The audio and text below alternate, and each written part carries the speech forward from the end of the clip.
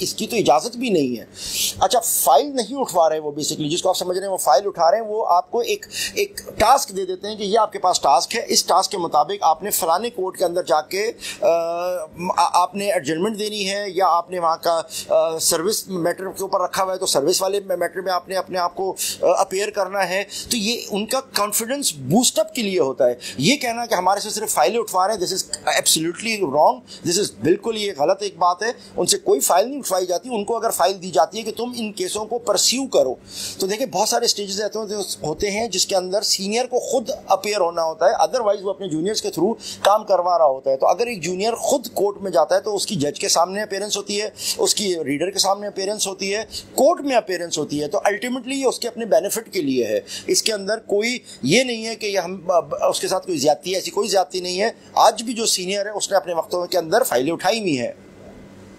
سر young lawyers کو آپ کی نظر میں کیا سینئر فائنینشلی سپورٹ کرتے ہیں، یا پھر کرنا چاہیے، یا پھر بار کونسل کو سپورٹ کرنا چاہیے؟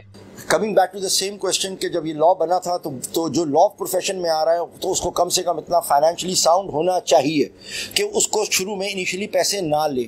اور جو لا کی جو ایکچوئل چیز تھی اس کے اندر تو ان کو پیسے دینا تھا اپنے ٹیچر کو، اپنے سینئر کو سکھانے کے لیے.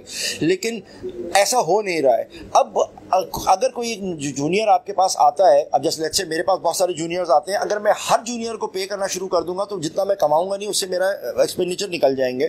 تو یہ پاسبل نہیں ہے. لیکن ہاں ہم بہت سارے سینئرز ایسے ہیں جو جونیئرز کو یہ کہتے ہیں کہ آپ جاؤ، ہم نے اپنی فیسز لی ہوئی ہیں، منیمم جو خرچہ کر سکتے ہو تو کرو. تو ایک قسم کے کمانڈو ہوتے ہیں جو اپنے آپ کو سروائیول کی جنگ کورٹس کے اندر جا کے خود لڑ رہے ہوتے ہیں. جہاں تک بار کاؤنسلز کا تعلق ہے، ان حالات کے اندر میں سمجھتا ہوں کہ بار کاؤنسلز کو چاہیے کہ کچھ نہ کچھ اسٹائپنڈ ٹائپ کی چیز دیں، مگر اس وقت تک کے پیریڈ کے لیے جو ان کا سیکھنے کا پیریڈ ہے. جیسے ہاؤس جاب کا ایک پیریڈ ہے، جب تک آپ کے پاس لائسنس نہیں آ رہا اس وقت تک تو دے دینا چاہیے. لیکن اگر ہم ڈپینڈ کر کے بیٹھ جائیں کہ ہمارے کو کہیں سے پیسہ ملے گا، سو میں نہیں سمجھتا کہ ایسا کوئی مناسب ہے یا ایسا ہونا چاہیے.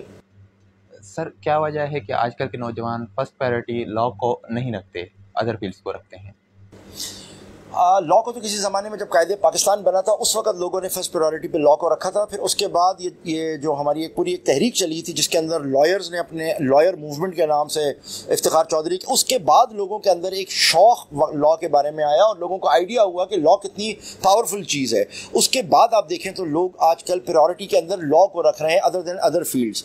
اور میں سمجھتا ہوں کہ یہ والی بات کہ آج پرائرٹی نہیں دے رہے یہ مناسب نہیں ہے، کیونکہ میں اس وقت حیدرآباد ڈسٹرکٹ میں بیٹھا ہوا ہوں. میں لا کو لائرز کو پڑھا رہا ہوں.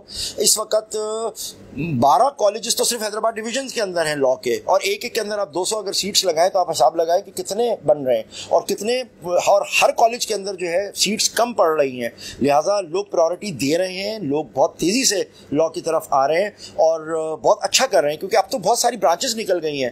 ہر ڈپارٹمنٹ کے اندر لائر کی ضرورت ہے، چاہے وہ بینک ہو، چاہے وہ FIA ہو، چاہے وہ آپ کا پولیس ہو، ہر جگہ کے اوپر ہیں. اور میرے بہت سارے اسٹوڈنٹس ہیں جو اس وقت پولیس میں کام کر رہے ہیں، بہت سارے ایسے ہیں جو اس وقت آپ کے FIA میں ہیں، بہت سارے ایسے ہیں جو جوڈیشری میں چلے گئے ہیں، بہت سارے ایسے ہیں جو کسی کنسلٹنٹ بن گئے ہیں. اور پرائیویٹ کنسلٹنسی کا بھی اس وقت اتنا زیادہ رجحان ہے کہ لائرز کے پاس تو جگہ نہیں ہے سر کھجانے کی.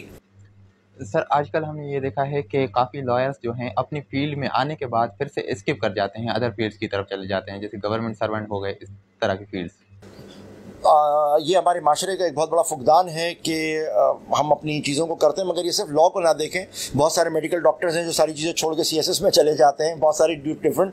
یہ ایک چیز ہے ڈیڈیکیشن اور کمٹمنٹ. یہ آپ کو فرسٹ ایئر انٹر لیول کے اوپر بچے کو دینی ہے، اس کو پہلے سے بریف کرنا ہے کہ تمہیں کس سائڈ پہ جانا ہے.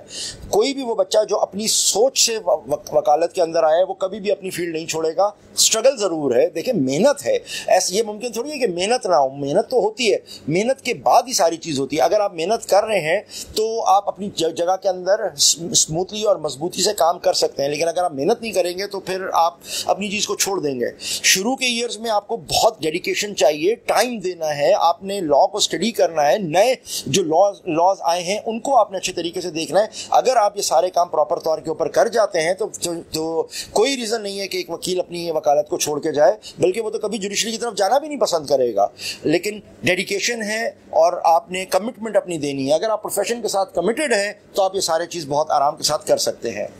سر آپ کا پولیٹکس سے بھی تعلق ہے، تو آپ پاکستان کی پولیٹیکل انسٹیبلٹی کو کس نظر سے دیکھتے ہیں؟ پالیٹکس سے پہلی بات تو کہ میں پالیٹکس میں گیا کیوں؟ میں اس لیے گیا کیونکہ پالیٹکس پہ اگر کسی کو حق ہے پالیٹکس کرنے کا تو وہ صرف لائرس کو ہی ہے. اور قائد اعظم ایک لائر تھے اور انہوں نے جو ریمارکیبل کام پاکستان کو جس طرح سے برتھ کیا، جس طرح سے ان کا معاملہ کیا، یہ لائرس کا کام ہے. دیکھیں ہم لوگ انیشیل لیول کے اوپر پہلے لا کے اوپر امپلیمنٹ کر رہے ہوتے ہیں، کروا رہے ہوتے ہیں، لا کی بات ہم کر رہے ہوتے ہیں. اور یہ جو پالیٹکس میں جانا ہے یہ ایک ہائر ڈائمنشن ہے اسی پریکٹس کا کہ اب ہم جو لا کے اوپر عمل کر رہے تھے اب ہم لا کے اوپر لا بنائیں. تو یہ ایک بہت ہائر اسٹیٹ ہوتا ہے جس کے اندر ہم یہ کام کریں. تو میں بھی ایک نوجوان تھا اور مجھے بھی یہی شوق ہوا کہ جس طریقے سے میں نے پالیٹکس میں دیکھا اور مجھے بہت ساری ایسی چیزیں نظر آئیں کہ بہت سی ریفارمز کی ضرورت ہے. ان ریفارمز کے لیے it was very necessary for me کہ میں پالیٹکس میں جاؤں تاکہ پروونشنل اسمبلی میں یا نیشنل اسمبلی میں جا کے ہم اپنی کوئی بات تو کر سکیں، ہم کچھ چیزوں کو چینج تو کروا سکیں، ہم اس موجودہ جس سسٹم کے اندر ہم پھنسے ہوئے اس کے اندر کچھ بہتری تو لا سکیں. اگر یہ بہتری نہیں آئے گی تو وہ کیا ہو؟ اچھا اب جتنے بھی ہمارے پاس دیکھیں 70% تو ہمارا رورل ایریا ہے، ادھر سے جو لوگ آتے ہیں ان کو لا کی کچھ سمجھ نہیں ہے، ان کا الیکشن کا بالکل انداز مختلف ہے. شہر کے اندر کچھ ایسی پارٹیز ہیں کہ جن کو لا سے کوئی تعلق نہیں ہے ان کا، اور وہ آ کے یا تو بزنس میں آ گئے ہیں یا وہ لوگ بزنس مین تھے یا وہ اسٹریٹ کرمنلز تھے یا پھر وہ اپنی ایک جگہ کے کوئی ملک ہیں، سردار ہیں، وڈیرے ہیں، جن کے لوگ ہیں، جاگیردار ہیں. ان سب لوگوں نے لا اپنی مرضی سے بنایا. نتیجہ اس کا یہ نکلا کہ ایک ایسا پاکستان جس کو ایک فلاحی ریاست ہونا تھا وہ فلاحی ریاست سے اس وقت ظالم ریاست بن چکی ہے. ایک ایسی ریاست بن چکی ہے کہ لوگ ادھر سے بھاگ رہے ہیں اور نوجوان بچہ یہاں سے بھاگ رہا ہے صرف اس لیے کیونکہ جو پالیٹکس میں لوگ آئے ہیں وہ کوالیفائی نہیں کرتے تھے پالیٹکس میں آنے کے لیے اور لائرس کو آپ نے دور رکھا ہے. جب تک لائرز نہیں اوپر آئیں گے اس وقت تک میں کوئی بہتری نہیں دیکھتا ہوں. سر اگر پبلک سرونٹ اپنی پاورز کو وائلیٹ کرتے ہیں تو ایک عام آدمی ان کے خلاف کیا اقدامات لے سکتے ہیں؟ دیکھیں پبلک سرونٹ بیچارہ سب سے زیادہ جو مظلوم آج طبقہ ہے وہ پبلک سرونٹ ہے.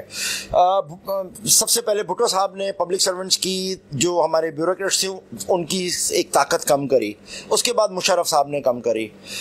اگر آپ نے تاریخ کا مطالعہ کیا ہو تو آپ دیکھیں کہ پبلک سرونٹ جو اپنے آپ کو پبلک سرونٹ سمجھتے تھے ان کو کانسٹیٹیوشنل پروٹیکشن تھی، ان کے خلاف کوئی کام نہیں ہو سکتا تھا. تو یہی میرے CSS کے افسر، یہی میرے پبلک سرونٹس سٹینڈ لے کے کام کرتے تھے. آپ ایوب کے دور میں دیکھیں کہ آپ کے ملک میں تعلیم فری تھی، آپ ایوب کے دور میں دیکھیں کھانا پینا ہر چیز فری، کہ آپ حالات دیکھیں، شہروں کے حالات دیکھیں. مگر جب سے یہ پولیٹیسائز ہوئے اور بھٹو صاحب آئے اور انہوں نے سب سے پہلے ان بیوروکریٹس کے ہاتھ پاؤں کاٹنا شروع کیے اور کاٹتے کاٹتے مشرف صاحب کا دور ہوا. اور آج کا دور ہمارا پبلک سرونٹ جس کو آج آپ کہہ رہے ہیں وہ پبلک سرونٹ نہیں ہے، وہ صرف اپنے پولیٹیشین کا سرونٹ بن گیا ہے. اور اس سرونٹ بننے کی وجہ سے وہ بیچارہ اپنے محفوظ نہیں ہے.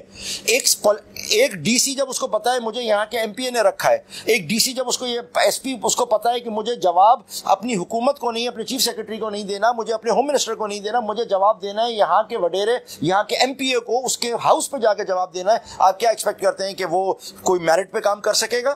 اگر نہیں کرتا تو اس کو کہتے ہیں آپ چھوڑ دیں، اگر نہیں کرتا تو کہتے ہیں کہ آپ کا ٹرانسفر ہو جائے گا. تو آج پبلک سرونٹ بہت برے حالت میں ہے.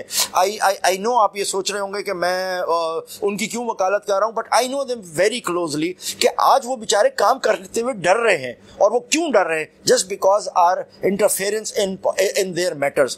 جب تک آپ ان پبلک سرونٹس کو آزاد نہیں چھوڑیں گے اور ان کو یہ نہیں پتا ہوگا کہ ہم اپنی مرضی کے مالک ہیں کہ ہم سائن کریں تو ٹھیک، نہ کریں تو ہم نہ کریں، اس وقت تک آپ پبلک سرونٹ سے کوئی اچھا امید نہیں رکھ سکتے. پہلے جا کے دیکھیں وہ بہت اچھے تھے، آج جا کے خراب ہوئے، تو اس کی وجہ صرف یہ انٹرفیئرنس ہے، پولیٹیکل انٹرفیئرنس ہے. سر اگر عام آدمی کو کوئی مسائل ہوتا ہے تو وہ زیادہ تر کوشش کرتے ہیں کہ جوڈیشری کو اوائڈ کیا جائے. دیکھیں سب سے پہلی بات کہ ہر عام آدمی کے پاس اختیارات موجود ہے. آپ کے آئین نے آپ کا قانون اتنا خوبصورت بنا ہوا ہے جیسا بھی ہے، مگر وہ اتنا خوبصورت بنا ہوا ہے کہ عام آدمی کو ریلیف دیتا ہے. اب ایک چھوٹی سی بات ہے، کیا FIR کٹانے کے کیا طریقے ہوتے ہیں؟ دیکھیں عام آدمی کو پتا ہے جی کوئی مسئلہ ہو گیا سیدھا جا کے ہم نے FIR کٹانے تھانے سے، مگر ہم جانتے ہیں کہ FIR تو 3 طریقے سے کٹ سکتی ہے. یہ چیز تو ایجوکیٹ کرنا ہے نا ہم نے لوگوں کو. 3 طریقے سے آپ کی FIR کٹ سکتی ہے. ایک FIR آپ کی کٹتی ہے ڈائریکٹ تھانے سے، تھانہ نہیں کاٹتا، آپ اس کو جو ہے کورٹ کے ذریعے کٹواتے ہیں. اور اگر آپ کا کورٹ کے ذریعے کا بھی مناسب نہیں ہے تو بھائی آپ کے پاس سیکشن 100 کے تحت آپ ڈائریکٹ کمپلین بھی تو فائل کر سکتے ہیں، اس کے اندر بھی وہ آپ کا کاگنیزنس لے کے آپ کے خلاف FIR کاٹتا ہے. تو there are so many ways کہ آپ کو اسٹیٹ پروٹیکٹ کر رہی ہے، آپ کو ساری چیزیں دے رہی ہیں.